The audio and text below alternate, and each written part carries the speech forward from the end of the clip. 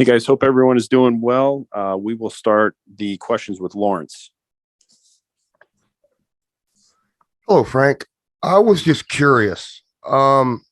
With back-to-back opponents that have had big upsets with the teams that they played the previous weeks, like with the Jets, they had the big upset with Cincinnati, and now we just watched Jacksonville upset Buffalo. How does that make it easier for you to be able to, you know, reinforce that 1-0 mentality in the locker room to make them so that they don't, overlook an opponent?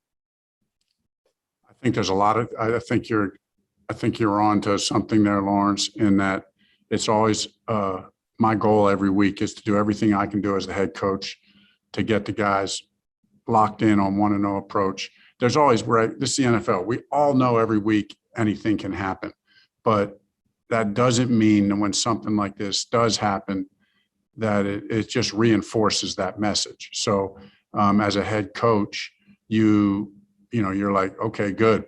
I know we respected this team, but there you go, right? There you go. We know we have to lock in. This can happen any week. And all we're interested in is we have to get ready to play our best game because we're on a quest to get better. And that means we got to play our best game this week. Cody. Frank, my question is all about Nyheim Hines. Obviously, you guys, Paris Campbell, a couple weeks ago went down. My question is, after Thursday night's performance, how are you guys looking to get him more involved in this offense, just getting him touches and such? Yeah, I appreciate that, Cody. We did that a little bit this week, with the receiver situation that we had. We had a package in there where Nyheim was in there a little bit, a couple times out of wide receiver position, so on and so forth. But that's always going to be a week-to-week thing.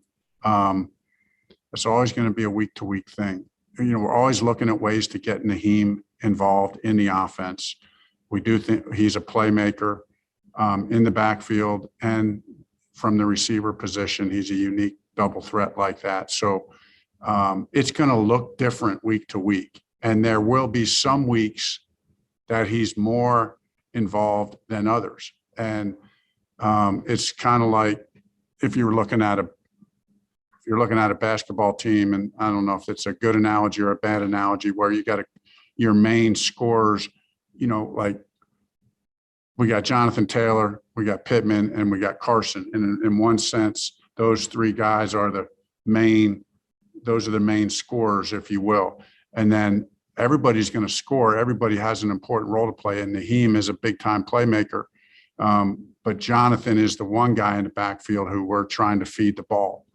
And so Naheem's always going to be involved, but he's going to be like that player who some nights he's going to score 30, like he did the other night when he had the night. And then other nights he's going to score 10 and have 5 assists. And if that analogy connects or makes sense in any way. Evan. Hey, Frank, thanks for doing this. Really appreciate it. Just wanted to hit on Carson for a second because obviously he's done so well the first few months of this season. It feels like to me, correct me if I'm wrong, but just looking at the way the offense has run the first few months of the season, it feels like the playbook is very much completely open with a guy with a strong arm like Carson, very mobile. Feels like the 2018 offense kind of coming back into form here. Is that a fair assessment? How do you feel like Carson has run your offense so far? Yes, Evan. The playbook is completely wide open. It has gradually opened up week to week. Number one is he's kind of gotten more practice time, and then as he's been healthy. And I love the direction that we're headed. I love the direction that he's headed. I think he's playing really good. He's a unique talent in that, big, strong, and mobile. So we can, this past week we had 3 plays in this past game where he was out of the pocket on the move, and we made some decent plays. But yet he's also he's highly intelligent, intellectually really off the charts.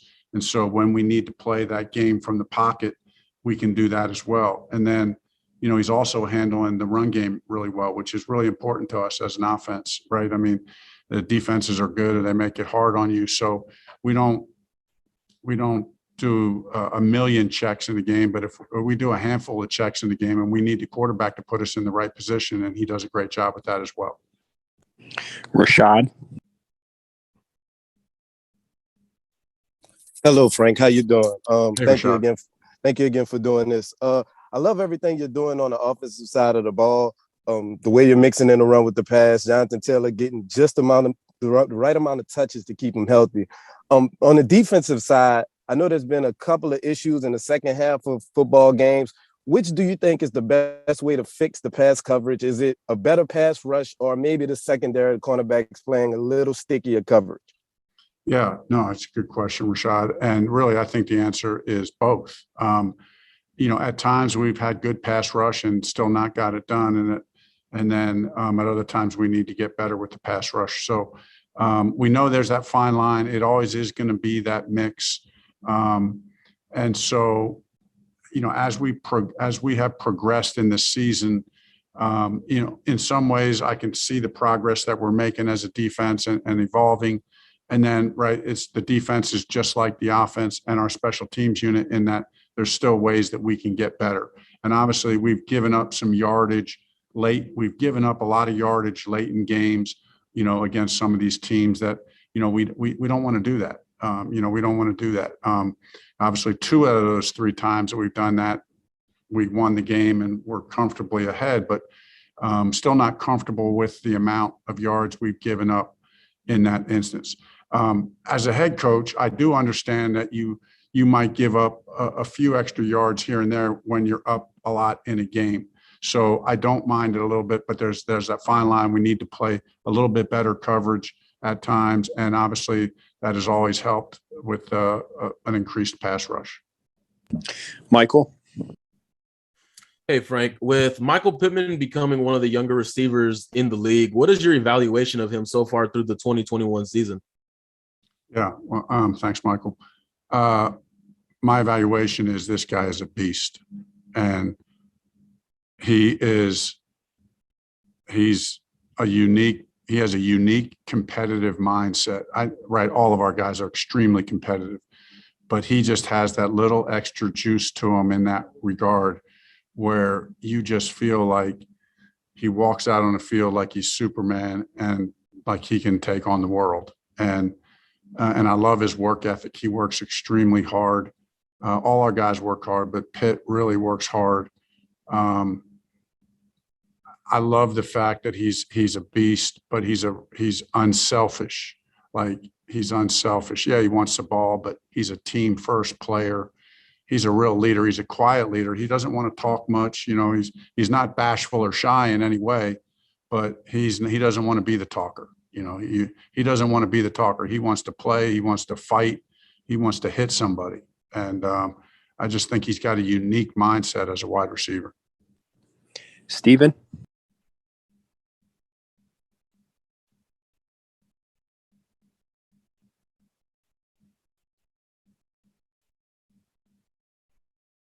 Stephen Burton, you're up. Sorry, I thought I hit the unmute. Sorry, Coach. So it's well documented that Carson is, 4th different starting quarterback to start the season, but it's also, I feel like it's almost under documented the amount of work that you've put in with the quarterbacks that you've had, as opposed to the season before they came. And then when they came to you with the turnovers and the interceptions, how they go from almost career highs to career lows, Carson specifically going down to 3 interceptions. I'm just curious what it is that you focus on with them, Carson specifically, to kind of focus in with that. Yeah, no, I appreciate that, Stephen. We take a lot of pride in that. I mean, first and foremost, it's a collaborative approach, right? I'm very involved in the process, but it starts with the player. It starts with the player's commitment to get better. And Carson walked in the door with an attitude of, I'm going to get better. I want to be the quarterback that this team needs, and I'm willing to do whatever it takes to do that. And so when you get a play, and I said this earlier in the year, he was really smart in using this opportunity, the change of scenery, the change of teams, to really hit the reset button and to, in a sense, not start completely over, but hey, let me work on the fundamentals, let me focus on the basics. And so that's what we've done. It's really been a collaborative approach. where it's myself, it's Marcus Brady, it's Scott Milanovich, the quarterback coach, Parks Frazier, the assistant quarterback coach, and even Press Taylor is involved in this. And we all together with Carson, work together on, Stephen, the fundamentals and technique just to become more accurate. So, right, in throwing interceptions, some of it's accuracy, a lot of it's decision-making. So we're going to get every aspect of that. It's going to be the management of the game and understanding situational football. So we work mechanics, fundamentals to work supreme accuracy. We talk about good decision-making, working through the progressions, understanding what our progression is, understanding that, hey, we know you're a gunslinger. We want you to take deep shots, but we have to be smart too and know when to do that and how to do that. And he's embraced all that. Carson's taken leadership in it. Listen, I give the player always gets, the most attention and most praise on when you make when you make this change like he's made. So it's a testament to his work ethic and his mindset to get better. And we all play a role in it. But, we're halfway through the season and I think we've made some good progress, but we still got half the regular season to go. And we need to make sure we stay on this track and continue to get better. Matt from Bring the Juice. Hey, Frank. Hey, Matt. My question was about the offense. Over the last 4 weeks, you guys have been able to put up a lot of points. I believe it's the first time since 2010 that you guys were able to put up 30 points in each of the last 4 games. I was just wondering, how confident does that make you feel as you head into the second half of the season? Yeah, no, we feel good in that regard. We also understand that the way it comes by execution. It comes by basic fundamentals and technique, and we really work hard on that. And then it comes from playmakers making plays. We also understand it's complementary football. It's the defense getting turnovers and giving us a short field. It's special teams giving us good field position. So we're aware of all those factors, but at the end of the day, the thing that I'm proud of it with the guys is, we started the year off, Matt, really poor in the red zone. Like our red zone offense was really poor at the beginning of the year. And in the last few weeks, we've really been clicking down in the red zone and scoring touchdowns. And so that's been a big deal. Andrew. Hi, Frank. Thanks again for taking the time to be here. My question is as a play caller, how easier is it on you when you have a guy like Jonathan Taylor in the backfield, or you can just, if you need to, hand it off to him and let him do what he does best? Yeah, I love having. I think Jonathan is one of the best players in the league. We're always trying to get him the ball. I do think there's a fine line. I mean, it's not just as easy as say, hey, hand it to him. I mean, we're trying to put him in the best position, be effective with his runs. We're playing good teams. We got to mix it up, run and pass. It's not a one-man show, but he is a unique talent. So, and he gives us all a lot of confidence, Andrew, right? I mean, that we know he can make things. There's 2 things that he can do. He can make people miss in space. And then when he does break through, he can take it to the house. So he has that long speed to be able to do that. So we're not only trying to hand it to him, but we try to get him involved in the passing game, and get him some touches and some yards there as well.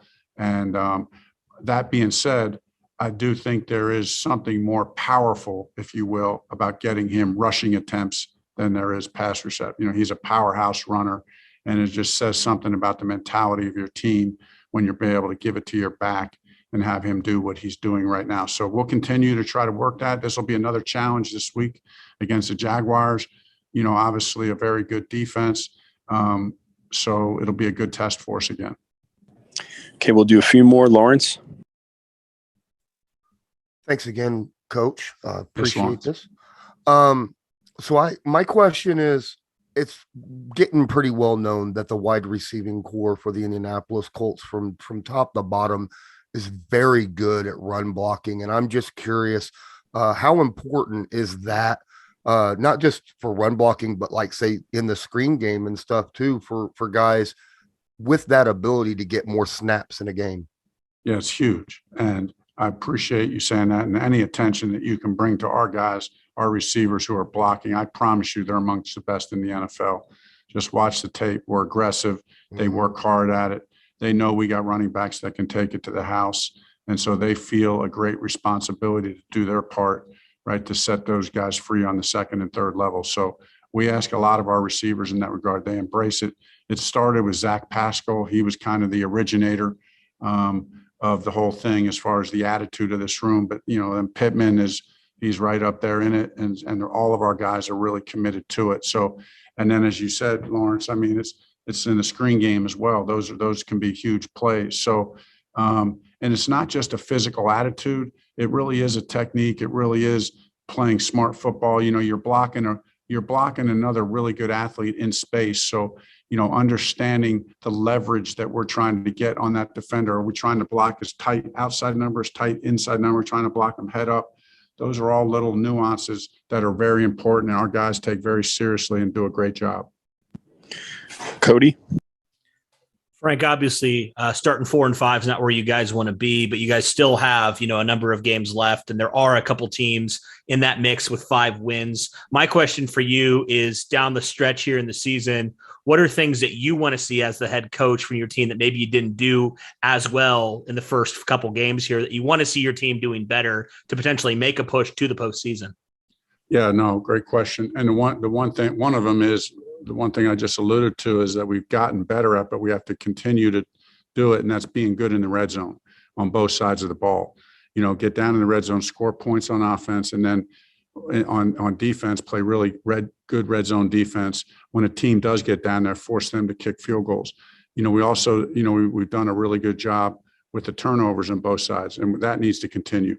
But then as far as, really to take it to the next, those are areas that I think we've gotten better as the year goes on. And then I think that, the last area that I would just mention is, we got to get better in the fourth quarter of games and really be at our best in the fourth quarter. That's what we're going to need going down the stretch.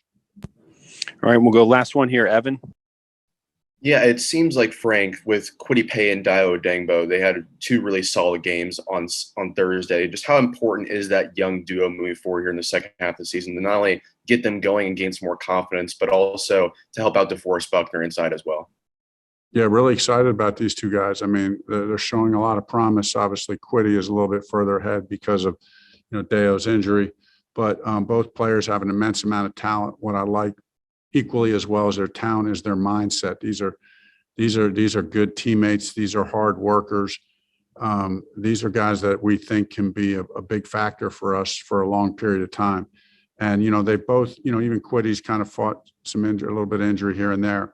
But every rep that they get right now is just like they're growing leaps and bounds with every learning on the job, as you will, the nuances of playing, in this league against this caliber of opponent every week and what we do schematically. So really excited about their continued progress.